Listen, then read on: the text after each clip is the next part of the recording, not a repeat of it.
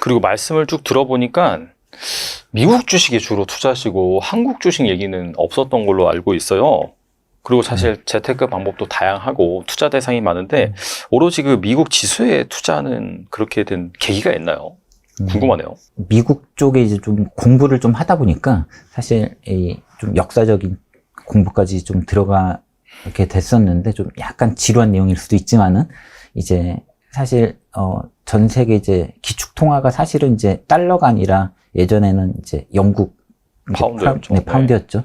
그러다가 이제 영국이 이제 국력이 약해지고 2차 세계대전 이후에 이제 미국이 이제 군사력으로 전 세계를 이제 휘어잡으면서 이제 달러가 이제 기축 통화가 됐습니다. 그러면서 이제 뭐 이런 페트로 달러랄지 그다음에 뭐 플라자 합의 이런 식으로 미국이 경제 위기 있을 때마다 어떻게 보면은 이제 군사력으로 좀 전 세계 경제를 좀 이제 맘대로 좀 휘어잡는 이제 그런 상황들이 많이 발생을 했는데 이런 부분들을 보면서 좀 전 세계에서 가장 좀 비중을 크게 차지하고 있는 좀 미국 주식에 투자하는 게 오히려 좀 정답이지 정말 좀 우물한 개구리처럼 국내 주식에 좀 묶여 있는 거는 조금 잘못된 투자라고 좀 생각을 했고요.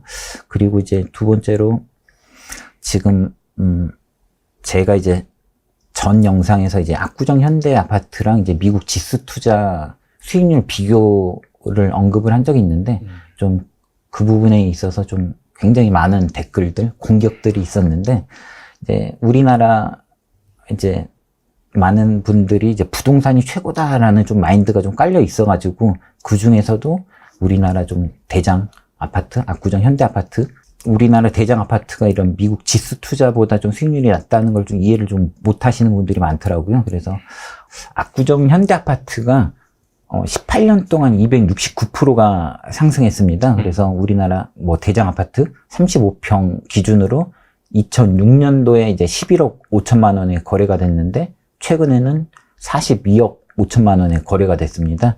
그래서 31억이 증가를 한 상황인데 이것만 수치만 보면 굉장히 좀 높은 수치인데 동일 기간 S&P 500을 보면은 338%가 상승했거든요. 이제 나스닥으로 따지면은 1110%가 올랐습니다. 근데 이제 뭐 나스닥은 원래 반칙이라고 하니까 이제 나스닥은 빼고 S&P 500만 가지고 얘기를 한다라고 하면은 뭐 압구정 현대아파트 280%, S&P 500 330% 하면 얼추 비슷하니까 좀 뭐 부동산이 훨씬 좀 깔고 앉아있기 좀 좋은 투자가 아니냐라고 좀 말씀하시는데 사실 부동산은 이제 매년 재산세도 내야 되고 좀 유지 관리 비용도 발생을 하는데 그리고 좀 대출로 매매를 하기 때문에 좀 대출에 대한 이자 비용도 발생을 합니다. 이제 그런 반면 좀 이제 S&P 500 같은 경우에는 이제 소액으로도 좀 투자가 가능하고 그 다음에 이제 동일 기간 동안 달러 환율이 44%가 올랐습니다. 그러다 보니까 이제 260% 대 460% 수익률 비교가 되는 거거든요. 그러면은 S&P 500이 압구정 현대아파트보다 2배 정도 올랐다고 볼 수 있습니다. 그래서 꼭 굳이 무조건 좀 부동산 투자나 좀 익숙한 이제 한국 주식보다는 조금 더 시야를 넓히면은 훨씬 더 좋은 수익률을 얻을 수 있는 상품이 많다라고 보시면 좋을 것 같습니다. 그리고 뭐 사실 이 압구정 현대 아파트는 주식으로 치면은 개별 종목이라고 볼 수 있고 S&P 500은 그냥 한 나라의 전체 인덱스잖아요. 대표하는 거. 네. 솔직히 이제 동일 비교하려면 제 생각에 엔비디아랑 비교해야죠, 사실.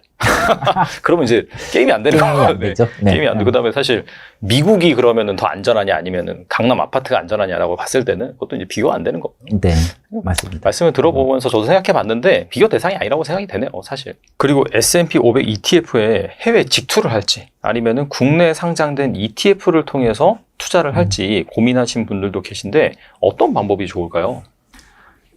이제 우리나라에서 가장 효율이 좋은 이제 투자 방법은 연금저축펀드입니다. 과세 이연이 되는 부분 때문에 이제 가장 좋은 상품인데, 그런데 이제 가끔 이제 너무 이제 2030 세대들, 어린 친구들이 연금이 좋다고 해서 이제 너무 많이 투자를 하다 보면은 이 친구들은 이제 집도 사야 되고 결혼도 해야 되는데 그러다 보면 이제 자금 흐름이 안 좋아져서 나중에 이제 후회하고 좀 연금을 깨서 그 돈으로 뭐 결혼을 한다거나 집을 산다거나 이제 좀 잘못된 좀 방향이 흘러가는 경우가 있어서 그래서 지금 2030 세대들에게는 이제 ISA 계좌를 통해서 이제 S&P 500을 사는 게 가장 좀 효율적인 방법으로 투자를 하는 거고요. IS 계좌 이제 2천만 원 한도가 다 차면은 이제 그때서 이제 직투로 이제 넘어가는 게 가장 좀 좋은 투자 방법일 것 같습니다. 일단 그런 계좌를 활용할 수 있으면 국내 상장된 그런 ETF에 먼저 투자를 해서 재산을 좀 불린 다음에 그 다음에 좀 사이즈가 커지면은 해외 직투로 넘어가는 게 좋다 그렇게 이해하면 될까요? 그렇죠. 이제 가장 좋은 방법은 이제 연금 펀드 이제 600만 원, IRP 300만 원, 그 다음에 이제 연금 펀드 이제 900만 원 추가 적립까지 하고 그리고도 이제 돈이 남으면은 이제 해외 직투를 하는 게 좋다라고 좀 보고 있습니다. 그러니까 세금적인 측면 때문에 그러시는 거죠? 그러니까 그렇죠. 결국에. 네. 사실 S&P 500 같은 경우는 이제 수수료 같은 경우가 이제 국내에 비하면 훨씬 저렴하긴 하거든요. 그런데 이제 뭐 달러 자산이다 보니까 이제 환율에 대한 변동성도 있고 그리고 이제 특히 이제 국내에서 이제 발행하는 S&P 500들은 이제 직투 대비 좀 수수료 같은 게 이제 어쩔 수 없이 좀 더 비쌀 수밖에 없어서 그래서 직투를 하면 좋은데 사실 ISA라는 좀 최근에 생긴 좀 좋은 이제 절세 방법이 있어서 ISA 계좌를 활용하는 것도 좀 충분히 좀 좋은 방법이라고 좀 보고 있습니다. 그리고 S&P 500이 최근에 상승세를 좀 오래 지속하기도 했고 또 경기 침체 우려 이런 것 때문에 한때 폭락을 했잖아요. 그러다가 지금 다시 거의 다 말아 올리긴 했는데 리스크는 끝났다라고 주장하시는 분도 계시지만 이게 시작이다 경기 침체 약간 그런 의견도 있어요. 지금 들어가면은 손해를 보는 것이 아니냐 그렇게 우려하시는 분도 계신데 어떻게 접근하면 좋을까요? 지금 S&P 500 같은 경우가 지금 당장 이제 목돈으로 거치를 한다라고 하면은 저도 좀 리스크가 있을 것 같은데 그런데 이제 만약에 적립식으로 투자를 한다라고 하면은 지금 전혀 좀 문제 없는 타이밍이라고 보거든요. 적립식으로 투자를 했을 때 가장 수익률이 좋게 나오는 방법이 내가 사자마자 주가가 하락하는 겁니다. 그러면은 내일은 오늘보다 더 낮은 평단가를 유지하고 매일매일 더 낮게 이제 평단가를 낮출 수 있는 방법이 하락기에 매수를 하는 거거든요. 그래서 사실 적립식 투자를 하면서 주가 하락한다고 걱정하시는 분들이 좀 제일 좀 잘못된 생각이신데 거치식일 때는 이제 오늘 사고 앞으로 그냥 쭉 오르면 그게 가장 좋은 수익률인데 적립식일 때는 반대로 오늘 사고 오늘부터 그냥 쭉 떨어지는 게 가장 좀 좋은 수량을 모으기 좀 좋은 방법이고 그러다가 이제 어차피 이제 미국 주식은 우상향 한다라고 믿고 있기 때문에 이렇게 계속 적립식으로 하락기에는 수량을 모아가면은 조금만 반등하면은 평단가가 워낙 낮게 잡혀 있기 때문에 좀 쉽게 플러스로 전환이 됩니다. 그래서 적립식으로 지금 신규로 투자를 생각하시는 분들은 전혀 걱정하지 마시고 들어가셔도 무방하다고 좀 생각됩니다. 그리고 S&P 500 투자를 오래 하신 그런 입장으로서 깨달은 반드시 알아야 할 데이터나 투자 포인트가 있다면 무엇이 있을까요? 저는 이제 철학이 오늘의 최고점이 내일의 최저점이다 라고 생각을 하는데 지금 이제 일봉, 주봉 그렇게 짧게만 보지 마시고 그냥 과거 데이터 그냥 140년 기록 보면은 정말 이런 무역 분쟁이나 코로나나 그런 하락장이 정말 찾아보기도 힘들 정도로 정말 작은 흐름이거든요. 그래서 이제 개인 투자자 입장에서는 항상 이제 저점이 사고 고점이 파는 거는 저는 불가능하다라고 좀 보고 있습니다. 그래서 이제 특히 이제 직장인 투자자들은 시간도 없고 이제 항상 주가창만 보고 있을 수 없기 때문에 그냥 사고 장기 투자하면은 그냥 무조건 이제 수익이 난다라고 좀 믿어도 되고 그리고 이제 워런 버핏이 예전에 이제 헤지펀드 투자자들과 이제 내기했던 부분이 있었는데 이런 지수 투자 이제 S&P 500에 10년 투자를 해서 이제 수익률 내기를 했었죠. 그래서 이제 그냥 워런 버핏이 이제 4년 만에 이제 압승을 했던 그런 결과도 있는데 과거 데이터로 보면은 이제 S&P 500만 10년 투자면은 수익률 상위 10%라고 하는데 그렇게 이제 20년만 투자면은 전 세계 상위 1% 투자자가 될 수 있거든요. 그래서 꾸준히 그냥 하락했다고 이제 겁먹고 이제 매도하지 말고 그냥 계속 적립식으로 매수만 하시면은 그냥 충분히 좀 좋은 성과 낼 수 있다라고 좀 보고 있습니다.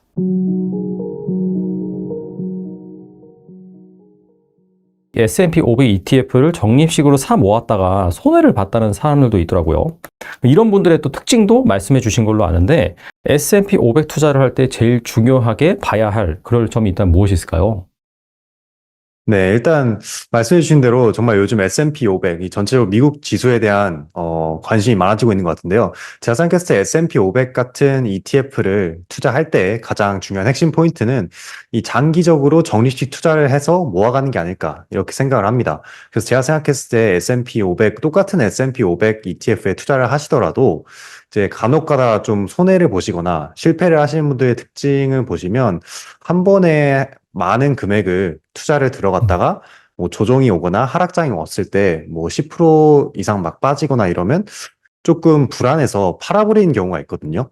근데 제가 봤을 때는 최대한 그 위험을 줄이고자 가장 좋은 방법이 적립식 투자라고 생각을 합니다. 그래서 적립식 투자라는 건 말 그대로 이 정해진 수량이 아니라 정해진 금액으로 이 일정 기간마다 꾸준히 사는 거거든요. 그러니까 예를 들어서 한 달에 뭐 100만 원씩 나는 S&P 500 ETF를 몇 주를 산다. 100만 원을 딱 넣어놓고 이렇게 하게 되면 이제 장점이 뭐냐면 주가가 많이 오르게 되면 일정 금액을 사다 보니까 이 수량을 자동적으로 적게 살 수밖에 없습니다. 왜냐하면 주식 하나당 주가가 올라가야 되니까요.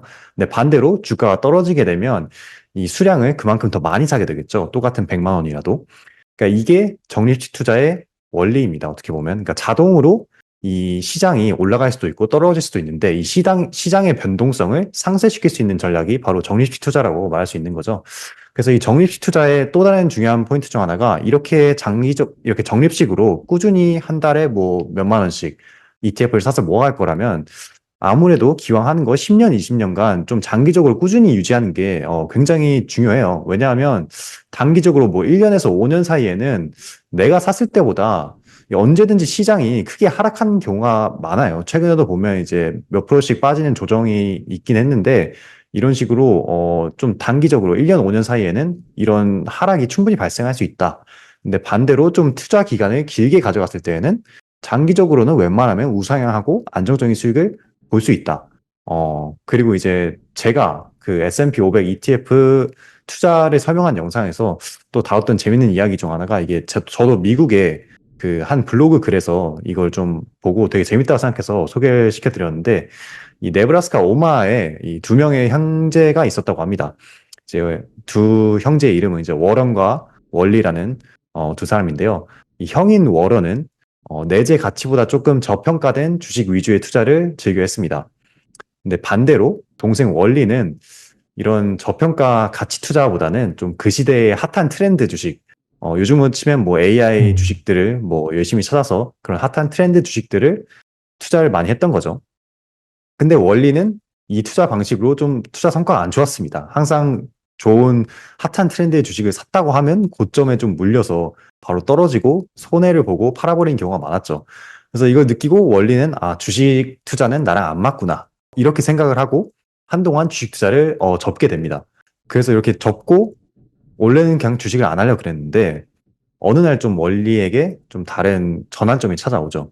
25살 정도 됐을 때 이 뜻밖의 유산으로 한 13만 달러를 신탁으로 물려받게 됩니다. 그래서 원래는 투자를 안 하려고 그랬는데 13만 달러라는 시드머니가 생겼으니까 이 원리는 투자를 다시 시작해볼까? 이렇게 생각을 했던 거죠. 근데 이제 또 재밌는 점이 이 신탁이 그냥 투자를 할 수 있는 게 아닙니다. 신탁에도 이제 특정한 규정이 있었는데 그중 몇 가지가 있는데 첫 번째는 이 투자를 할 때 13만 달러 투자를 할 때 개별 주식이 아니라 ETF에만 투자를 할 수 있다. 그리고 또 다른 규정은 이 원리가 91살 생일이 되기 전까지 자기가 투자한 투자금을 절대 계좌에서 빼지 못한다. 그리고 91세 생일이 되기 전까지는 어떤 주식도 내가 산 주식은 팔지 못하고 자신의 주식 계좌도 확인을 못한다. 그러니까 어떻게 보면 우리 평소 투자하는 입장에서는 거의 상상도 할 수 없는 일들인데, 그러니까 뭐 어쨌든 가상의 스토리니까 그런 식으로 빡빡한 규정이 있었던 거죠, 이 신탁에. 근데 원리는 뭐 어쨌든 13만 달러가 주어졌으니까 그래 투자를 한번 해보자 하고 이 돈을 갖고 투자를 시작을 하게 됩니다. 근데 원리가 아까 말했듯이 항상 이 고점에 물렸었잖아요. 근데 이번에도 다르지 않았습니다. 13만 달러를 들고도 매번 원리가 투자할 때마다 고점이었던 거죠. 그래서 원리가 사고 나면 항상 뭐 한두 달 후에 주식시장이 뭐 10%, 20%씩 엄청나게 폭락을 하게 됩니다. 그러니까 이게 흔히 말하는 우리가 그 주변에서 볼 수 있는 약간 인간 고점 판도기라고 볼 수 있는 거죠. 뭔가 이 사람이 사기만 하면 네. 바로 그냥 떨어진다. 그 사람이 그냥 원리였던 겁니다. 그래서 원리는 이 56년부터 약간 60년 동안 계속 역사적인 고점에만 샀다가 주식이 떨어진 걸 목격을 한 거죠. 근데 또 신탁 규정상 주식을 한번 샀으면 팔 수 없으니까 그냥 손이 그냥 꽁꽁 묶인 채로 손절매도 못하고 원리는 그냥 투자만 하고 그냥 떨어지는 걸 계속 지켜만 봤던 겁니다. 당연히 주식의 흥미가 떨어졌겠죠, 원리는. 그래서 91歳 생일이 될 때까지 원리는 그냥, 모르겠다. 그냥 내버려 두고 그냥 인생을 살아가다가 91살 생일이 되고 신탁 규정이 풀렸으니까 이제 주식 계좌를 확인해 볼 수 있잖아요. 근데 원래는 기대를 안 했겠죠, 당연히. 내가 살 때마다 주식이 떨어졌으니까.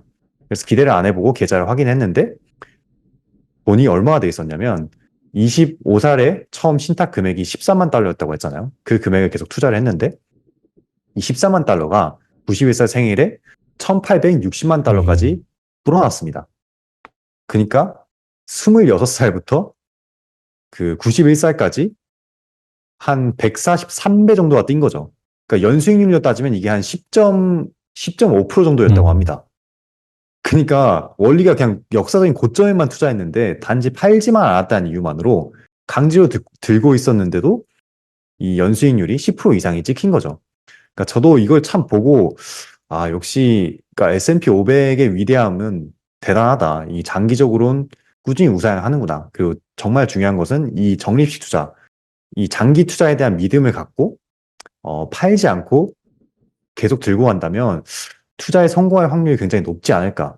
이런 거를 많이 느꼈습니다. 그래서 여러분들 S&P 500에 투자하신다면 이런 적립식 투자와 장기 투자의 원칙을 좀 명심하시면 투자하시는데 도움이 많이 되실 거라고 생각을 합니다.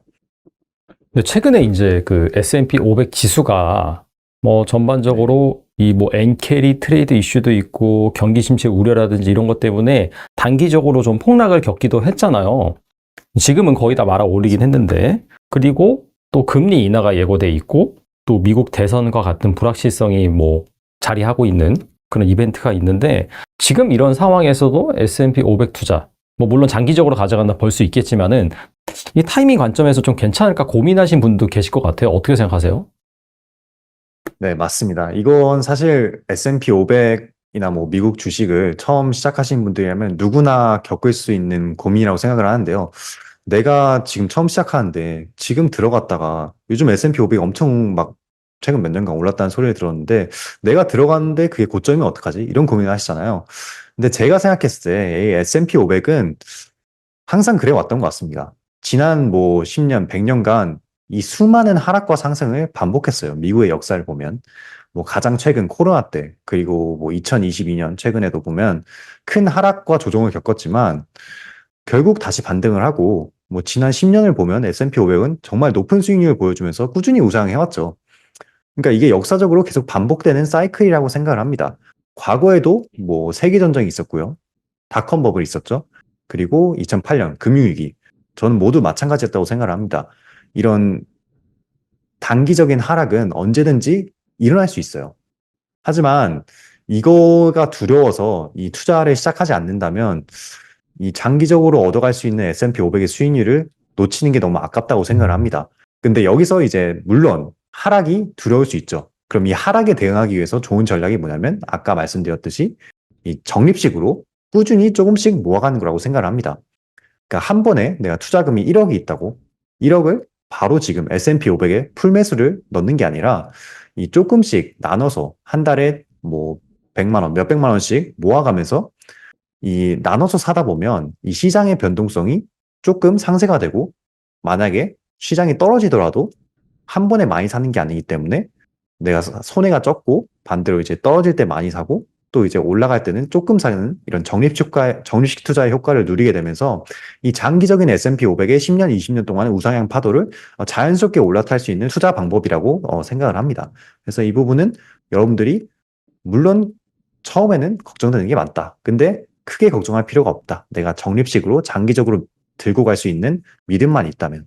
네, 저는 그렇게 생각을 합니다. 그리고 노후 행복한 생활을 위해서 월 한 400만 원 정도가 필요하다고 하는데 약간 미국 주식으로 많이 그렇게 이제 구상을 하시는 것 같아요. 그래서 미국 주식 ETF로 이 현금 흐름을 만들기 위해서는 좀 혹시 제안해 주실 수 있는 포트폴리오가 있을까요? 네. 제가 일단 금액적인 부분에서 보면 이게 상황과 나이에 따라 다른데요. 일단 여러분들이 이 월 400만 원 정도의 현금을 창출하기 위해서는 이 노후 시점이 됐을 때 얼마 정도의 자산이 있어야 하는지를 먼저 계산을 해보는 게 중요합니다.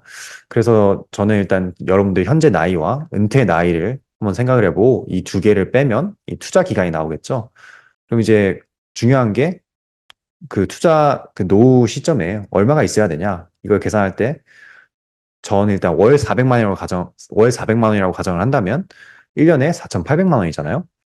그럼 이게 세후 금액이니까 뭐 배당 소득세 15.4%를 감안을 하고 세전 금액으로 따지면 얼마가 필요한지 구해야 한다는 말이죠. 세전 금액으로 따지면 4,800만 원이 세전 금액으로 5,600만 원 정도가 됩니다. 그럼 이제 매년 5,600만 원의 그 현금이 필요한데 이걸 배당만으로 받고 싶다. 그럼 이 5,600만 원의 세전 배당금을 받으려면 그 전체 시드머니가 얼마가 돼야 할까? 그럼 5,600만 원을 이 배당률로 나누면 되겠죠.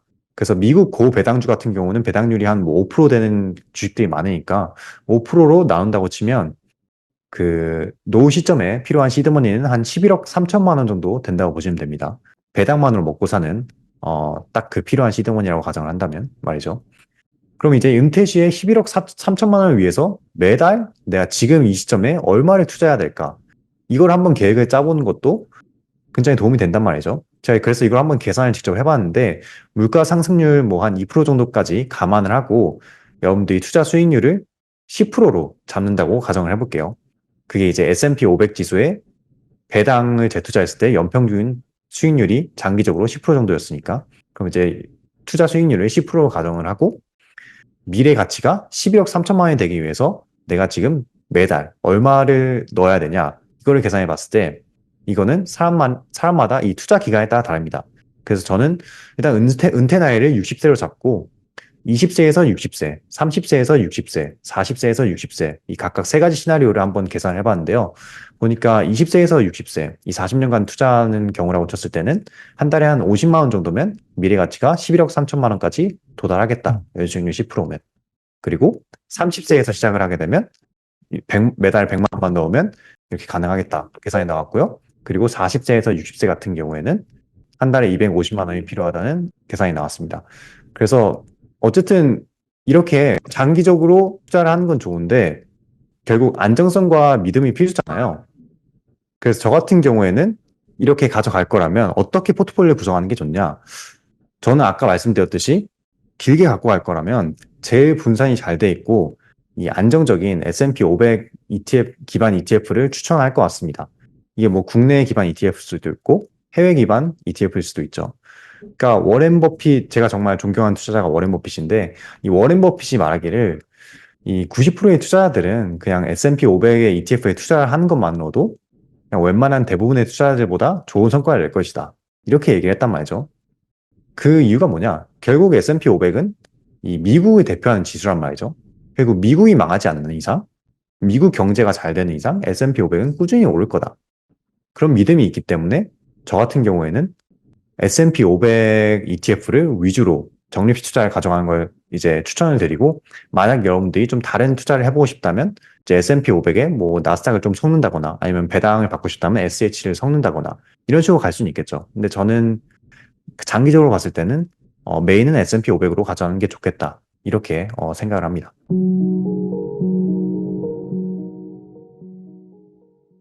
네, 김경록 고문님 모셨습니다. 안녕하세요. 예, 안녕하세요. 네, 고님 모시고 또 현재 시장 상황 뭐 어지럽긴 한데 이 상황을 또 어떻게 보시는지 그리고 앞으로 우리가 장기적으로 뭐 투자를 해서 자산을 불리기 위해서는 과연 어떻게 해야 될지 뭐 아시다시피 이렇게 성장이 멈춘 시대 투자법이라고 해서 또 이렇게 따끈따끈한 또 신간을 출시해 주셨는데 워낙 내용이 좋더라고요. 그래서 이 책에 담겨져 있는 투자의 노하우도 하나하나 알아보도록 하겠습니다. 그리고 책 서문에서 천천히 확실하게 돈을 버는 법에 대해서 이렇게 말씀을 해주셨는데 그렇다면은 느리지만 확실하게 부자가 되는 것이 핵심은 무엇인가요? 예, 느리지만 확실하게 부자가 된다고 말씀드릴 수는 없고요. 세계 자본시장은 항상 1, 2%의 불확실성도 터지는 것이 자본시장이니까요. 확실하게보다는 그 가능성이 훨씬 높다는 것입니다. 그게 이제 S&P 500으로 장기 투자하는 것입니다. 저는 워렌 버핏이 이제 주주총회 할 때 사람들이 가끔씩 질문을 하지 않습니까? 그래서 젊은 사람들이 이제 우리 돈 모으려면 어떻게 하면 되나요? 똑같아요. 어느 나라나 다 그게 궁금합니다. 그래서 그이도 똑같이 물어봤습니다. 그랬더니 워렌 버핏의 답이 이제 버크셔 해드웨이 주식을 사십시오. 이건 조커입니다. 자기 회사이니까요. 네네. 예, 그렇게 이제 조커를 하고요. 그 다음에 이제 첫 번째는 그 방법, 두 번째 방법은 S&P 500을 사고 그냥 까먹으라. 그 다음에 남는 시간에 그 까먹고 남아있는 시간에 여러분들 스스로에게 투자해서 여러분들의 소득을 높여라. 그 높여진 소득으로 가지고 저축을 해서 S&P 500을 또 사면 된다. 그렇게 하면은 충분히 준비가 된다고 그랬습니다. 저는 이 방법이 최고입니다. 네. 어떤 월급쟁이가 돈을 벌어서 노후를 준비할 수 있는 것, 전체 생애 자산 관리를 대비할 수 있는 것은요, 복잡한 게 없습니다. 딱히 이 방법 하나가 가장 심플합니다. 그런데 재밌게도 두 개가 다 투자입니다. 뭐냐? 나의 월급을 올린 것은 나한테 투자하는 것이에요. 내가 어디 가서 뭘 배우고 내 기술을 닦고 하는 것이거든요. 그 다음에 S&P 500은 기업에 투자하는 것입니다. 이 두 투자를 가지고 하라는 것이죠. 그런데 많은 사람들이 투자는 하되 그 방법을 종목을 열심히 그냥 회사 일 팽개치고 그냥 앉아가서 종목을 공부하고 이래서 회사에서 잘릴 위기에 있고 이런 게 아니라는 거죠. 제일 중요한 것은 회사에서 월급 많이 받도록 해라. 그리고 오랫동안 회사에서 너의 전문성을 가지고 오래 소득을 얻도록 하라. 거기서 그래서 저축이 많아지면은 걱정 말고 그냥 S&P 500만 사라.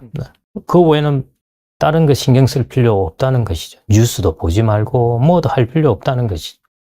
제가 보니 이게 제일 좋은 방법. 가성비가 가장 좋다고 볼 수 있겠네요. 가성비뿐만 네. 아니라 자기의 능력인데요.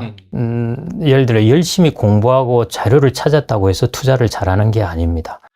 타고난 사람들이 있어요. 마치 맞아요. 음악을 잘하는 사람들이 있고 하는 듯이 투자도 그렇습니다. 그렇기 때문에 내가 무조건 여기 투자했다고 나의 시간을 투자했다고 돈을 버는 게 아닙니다. 그래서 여러분들이 투자 전문가로 나설 것도 아니시잖아요. 그렇기 때문에 저는 가성비를 떠나서 이게 그냥 가성비로서 좋은 길이 아니라 저는 그냥 유일하게 좋은 길이라고 말씀드리고 싶습니다. 안 그래도 책에서 매달 이제 50만 원씩 S&P 500에 투자를 해서 17억 4,500만 원이 나오는 사례가 있더라고요. 이 부분에 대해서 설명이 좀 좋을 것 같아요. 그거는 그냥 이제 네. 미국의 뱅가드 이런 데 있는 S&P 500 펀드의 수익률, 그러니까 그게 S&P 500 수익률입니다. 그 수익률을 그냥 계속 따라갔다고 가정할 경우, 그래서 이제 월 수익률이 나오겠죠. 그래서 50만 원씩 해서 월 수익률을 하면은 이제 환율의 관계는 없습니다. 환을 해지했다고 가정하고요. 그럴 경우에 이제 그 정도 그게 한 50년 정도 데이터 될 겁니다. 70년 때부터 시작한 것이니까요. 네네.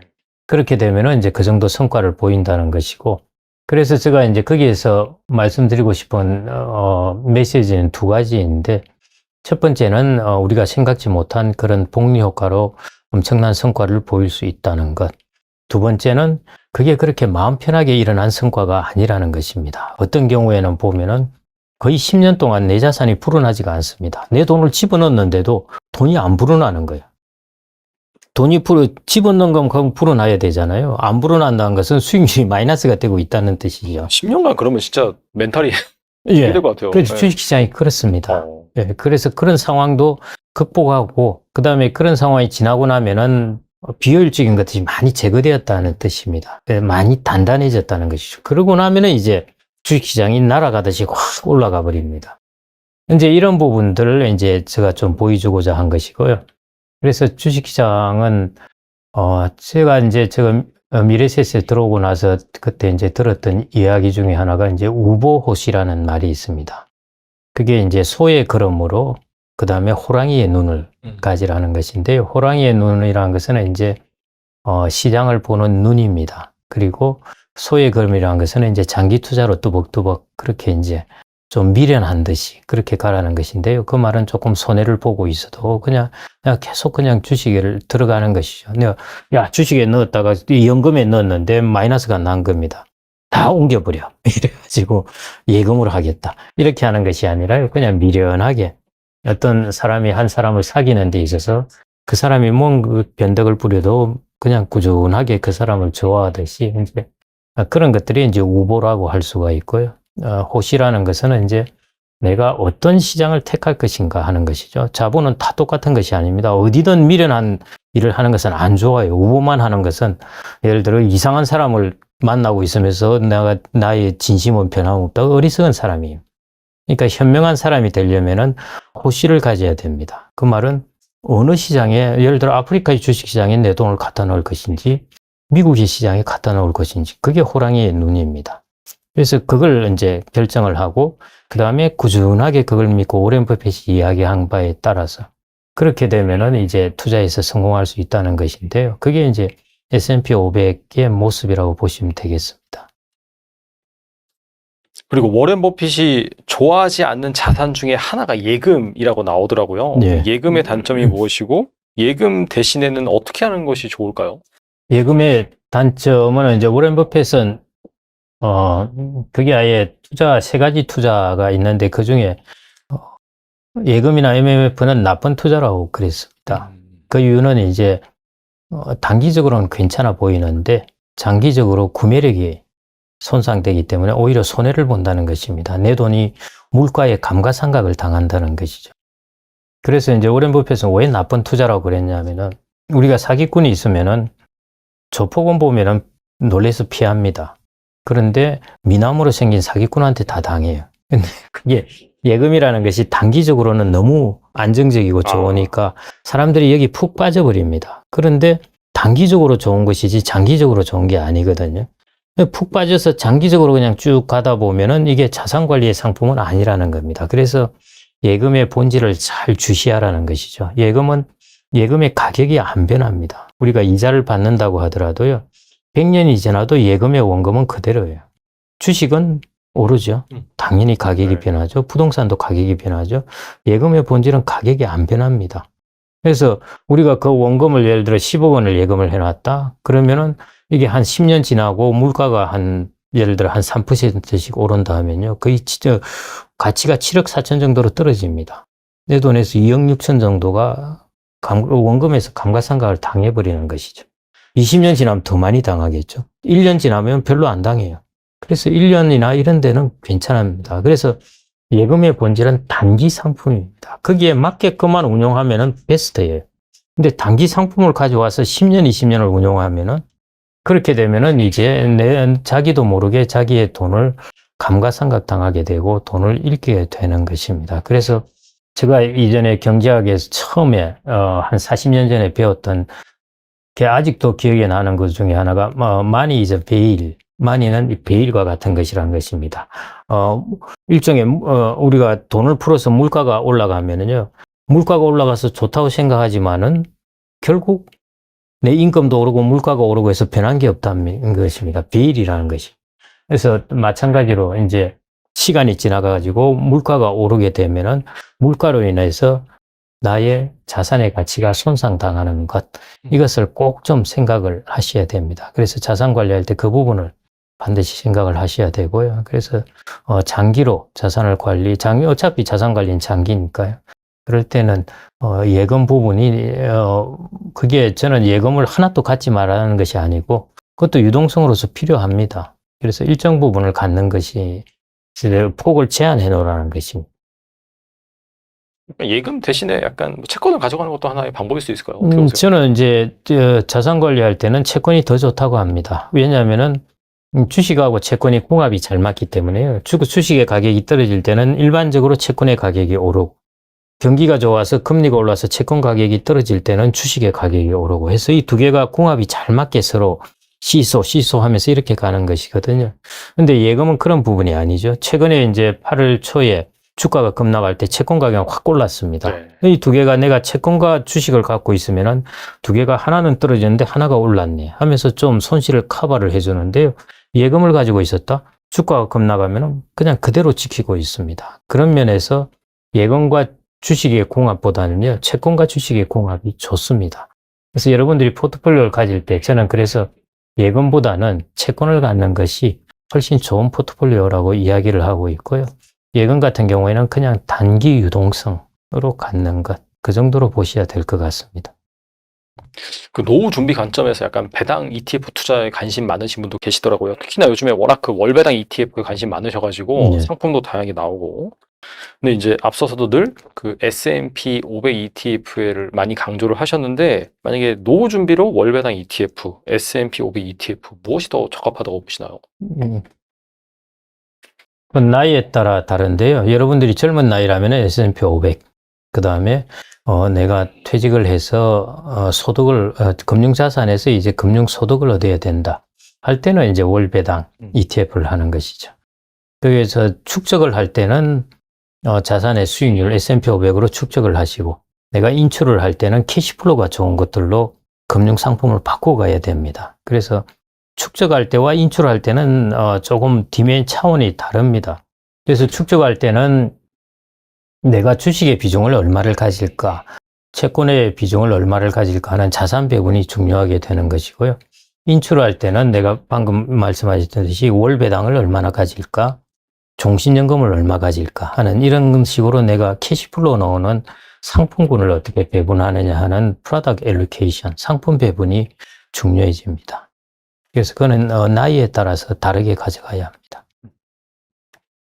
그리고 50대 은퇴를 해서 월 300만 원씩 쓰려면은 12억에서 15억 원의 돈이 필요하다고 한 인터뷰에서 말씀하신 걸로 알고 있는데, 30대 직장인이 이 돈을 모으려면은 퇴직연금 계좌에 어떤 것들을 담는 게 좋을까요? 그게 이제 이렇게 자산을 증식하시려면요. 네.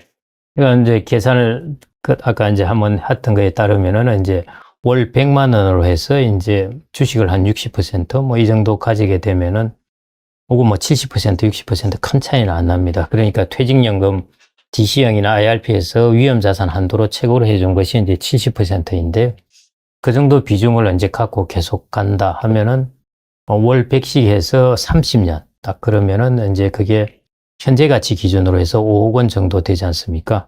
그러면은 내가 이제 예를 들어 10억을 한다 하면은 월 200 이렇게 하면은 현재 가치 기준으로 10억을 만들 수 있고, 주식을 60에서 70% S&P 500을 그렇게 가지면은 이제 만들 수가 있습니다. 뭐 15억 한다면은 월 300 이렇게 되겠죠. 그래서 그냥 10억 정도 타겟을 한다 보면은, 그렇게 보면은 월 200 정도로 해서 미국의 S&P 500 정도를 한 60에서 70% 정도 이렇게 담으면은 현재 가치 기준으로 30년 뒤에 대략 10억 원이 될 수가 있습니다. 그리고 이제 마지막 질문인데요. 예. 근로소득이 없는 퇴직자의 자산 배분 원칙도 책에 잘 나오잖아요. 만약 한 1, 2억 정도의 퇴직금이 있다면 이 돈을 어떻게 배분해야 잘 인출을 할 수 있을까요? 네.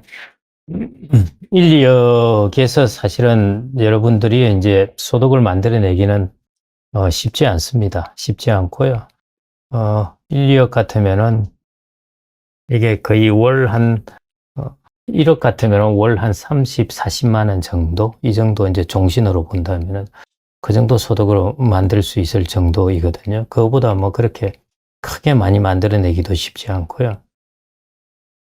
그래서 저는 이제 2억 같으면 그래도 한 60만 원 정도 되니까 그래도 뭐 괜찮습니다. 60에서 80 정도. 이제 정기형 상품이냐 종신형 상품이냐에 따라 다르고 하니까요.